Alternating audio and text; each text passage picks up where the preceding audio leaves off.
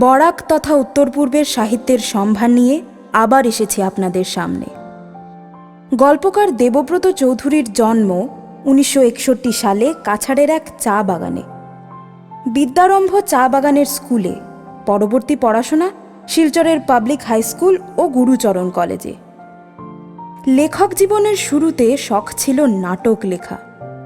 সে যুগে শিলচর আকাশবাণীর মৌলিক নাটক প্রতিযোগিতায় দেবব্রত চৌধুরীর যোগদান ও পুরস্কার প্রাপ্তি ছিল প্রায় নিয়মিত।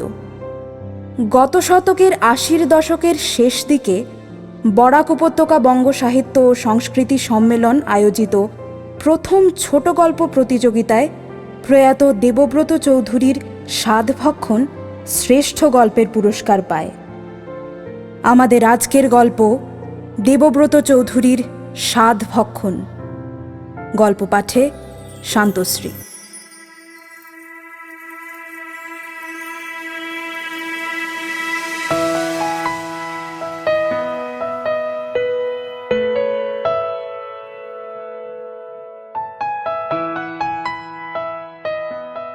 চরাচর জুড়ে সূর্য তেজ ছড়াচ্ছে।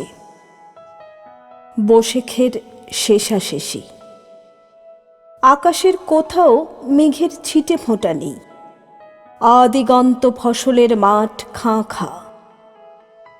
এ মরশুমে চাষিরা হাল লাগাতে পারেনি। শুখা মাঠ পাথরের মতো শক্ত। তার বুক চেরা নিত্য বহা খালটার বুকের জল শুকিয়ে বালির চড়া জমেছে। দাক্ষী হাতের লাঠিতে ভর করে আলের ওপর দিয়ে হাঁটতে থাকে। বাঁ হাতে গামছা বাঁধা একটা পুঁটলি, বেশ ভারী। ঘাড়, গলা, কপাল, বুক দরদর করে ঘামছে।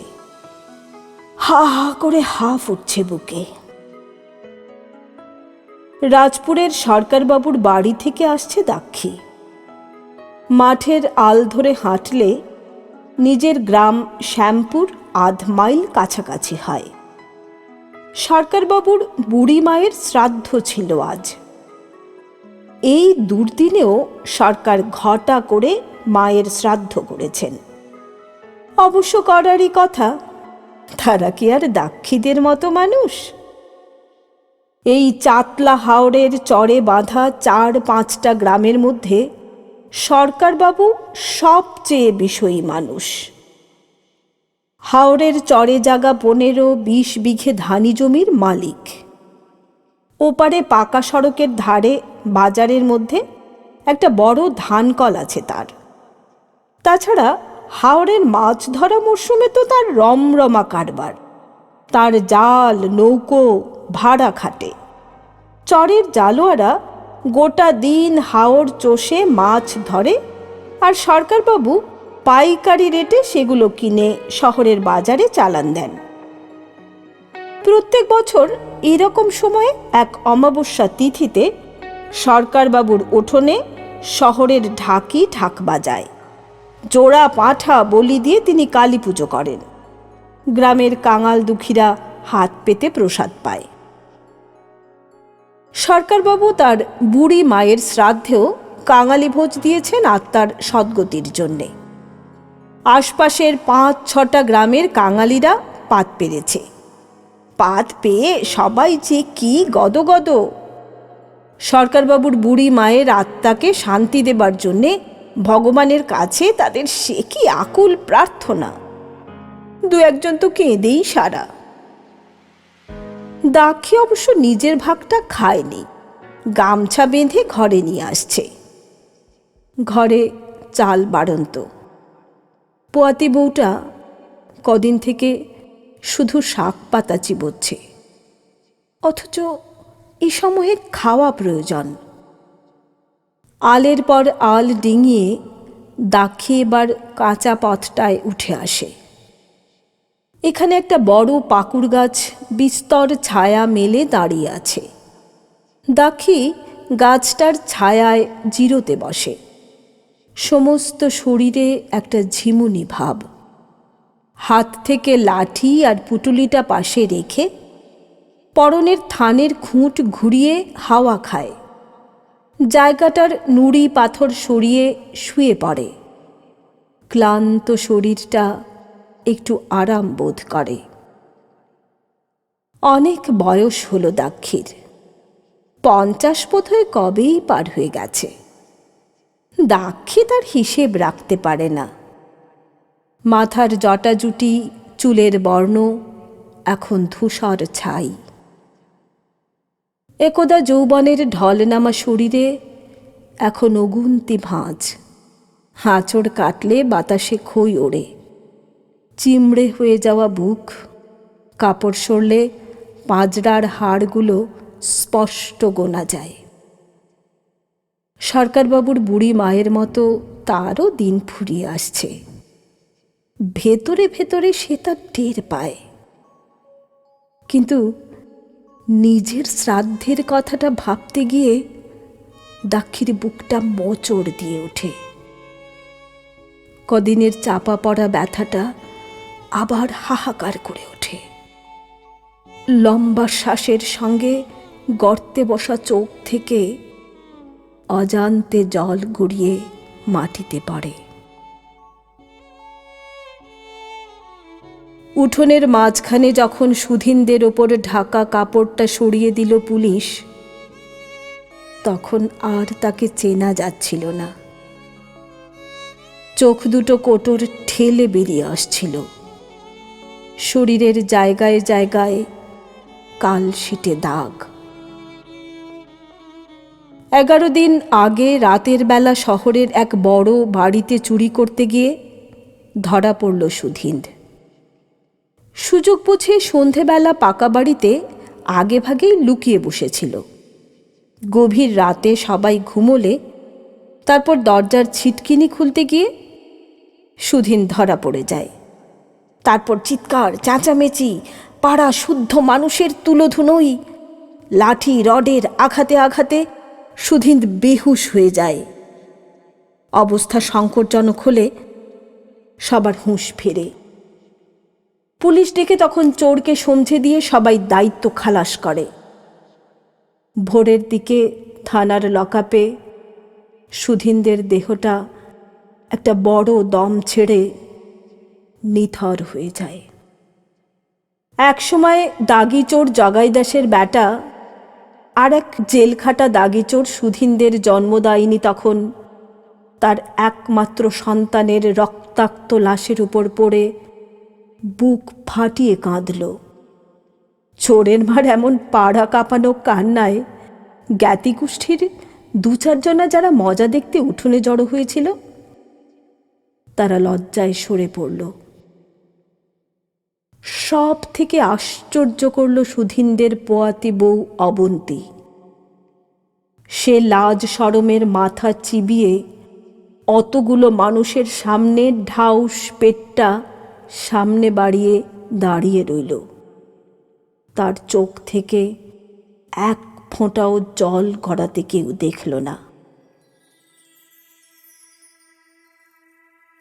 মাথার উপর কটা কাক চিৎকার করে ডানা ঝাপটাতেই ধর্মর করে উঠে বসে দাক্ষী। এতক্ষণ ঘুমিয়ে পড়েছিল সে। হাত বাড়িয়ে ঝটিতি পুটলিটা কাছে টেনে নেয়। আর একটু হলেই কাকগুলো সাবার করে দিত সব। সূর্যটা পশ্চিমে হেলে গেছে অনেকখানি।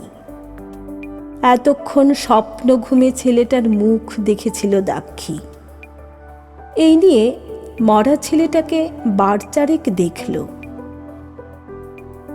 একটা দীর্ঘশ্বাস বুক ঠেলে বেরিয়ে আসে। হাতের লাঠিটা টেনে এবার উঠে পড়ে। পুটুলিটা হাতের মুঠোয় পাকিয়ে চলতে থাকে আবার। সূর্যটা লাল বল হয়ে আকাশের পেছনে নামছে ধীরে ধীরে। দাক্ষী ঘরের দাওয়ায় এসে ওঠে। হাত থেকে পুঁটলিটা নামিয়ে রেখে দৌড়মুখ হয়ে ডাকে, অবৌ! সাড়া নেই। আবার ডাকে, অবৌ! এবার নিজেই দরজা ঠেলে ভেতরে ঢোকে। মাচার বিছানায় চিত হয়ে ঘুমোচ্ছে অবন্তী।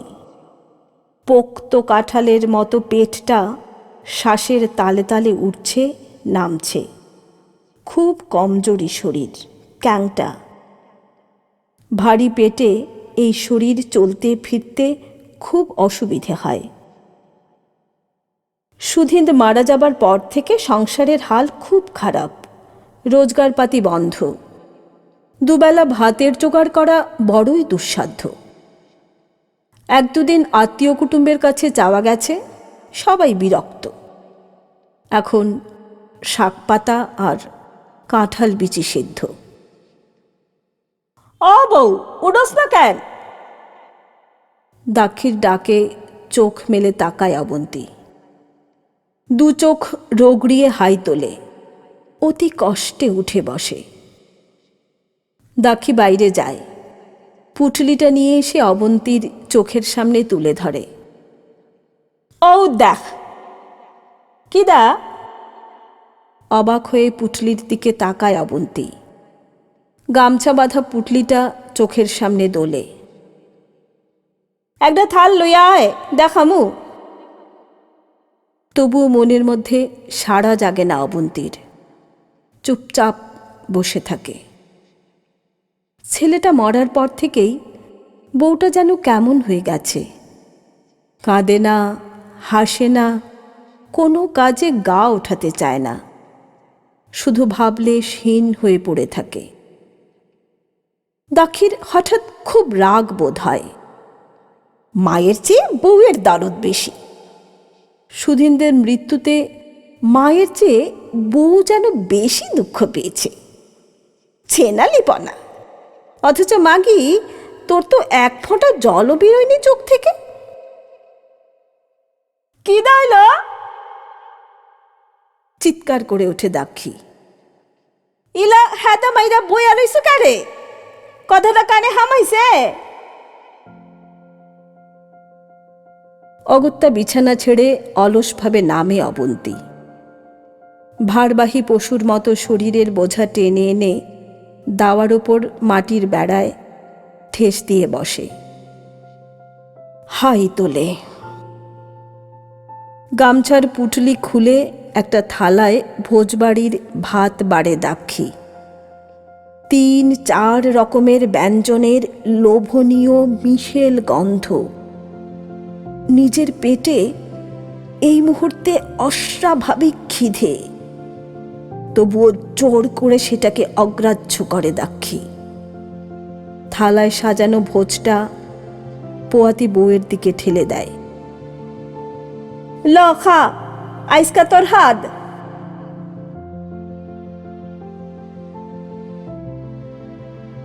অবন্তী অবাক হয়ে শাশুড়ির দিকে তাকায়। হাত বাক্কন। দাক্ষী মাথা দুলিয়ে হাসে। ইদিনকা খাওন লাগে, ফেডরটা আবার দেয় না। অবন্তী শাশুড়ির দিকে অবাক হয়ে তাকিয়ে থাকে। একটা অপার আনন্দে তার মুখটা চিকচিক করছে। বিশ্বাস হয় না অবন্তীর। নিজের শাশুড়িকে সে হাড়ে হাড়ে চেনে। দু চোখে দেখতে পারে না সে তাকে। সামান্য ভুলভ্রান্তি নিয়ে কিরকম হাড় মাস ভেদ করা গাল দেয়। যখন তখন তার চুলের গোছা টেনে ধরে। কতদিন ছেলের কাছে বউয়ের দোষ লাগিয়ে মার খাইয়েছে তাকে। অবন্তীও ছেড়ে কথা কয় না। রাগের মাথায় মুখের উপর বলে দেয়, তুই হাওড়ি না ডাইনি? হেরে বইয়ে গেছে কারে? ভাদ্রা মাখস না। দাক্ষীকে খুব অস্থির বোধ হয়। অবন্তী থালার দিকে তাকায়। থালা ভরা জুঁই ফুলের মতো ধবধবে সাদা ভাত, পাশে সাজানো কয়েক রকমের ব্যঞ্জন, ডাল, ভাজা, মাছঘণ্ট, মাছ ঝোল। আহ, কি উগ্র সুবাস! খুব খিদে। কিন্তু সেই মুহূর্তে হঠাৎ হু হু করে এক দমকা কান্না বুক ঠেলে বেরিয়ে আসে। বুকের ভেতর এতদিনকার জমাট মেঘের মতো কান্না।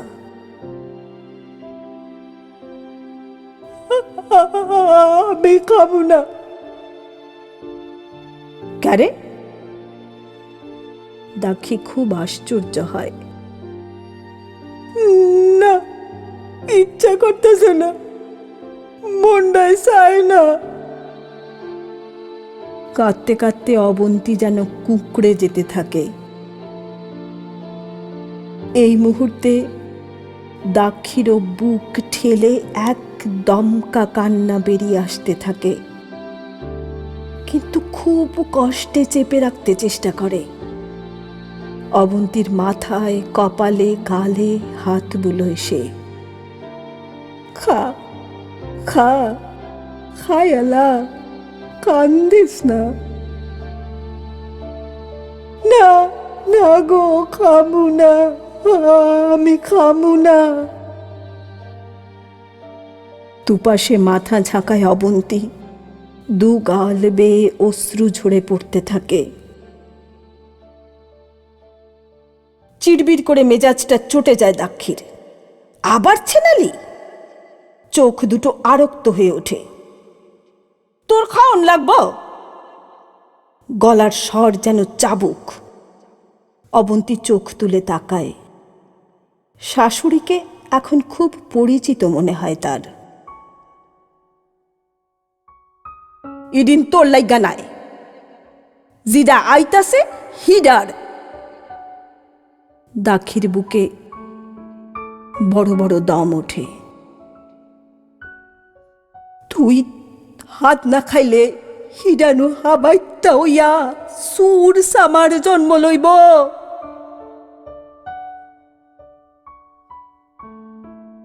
উত্তেজনায় দাক্ষীর বুকে যেন হাঁপড়ের টান। খসা বুকের আঁচল, খই ওড়া চামড়া ঘেমে তেল তেলে।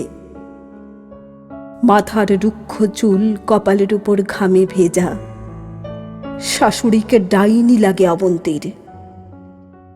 অবন্তী তবুও নিশ্চল, হাবার মতো চেয়ে আছে তার দিকে।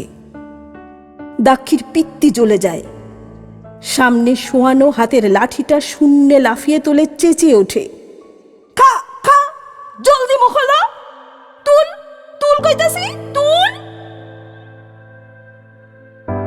বলতে বলতেই গলাটাকে অদ্ভুতভাবে কাঁপিয়ে ভেতরকার চাপা পড়া যন্ত্রণাটার সহসা বিস্ফোরণ ঘটে।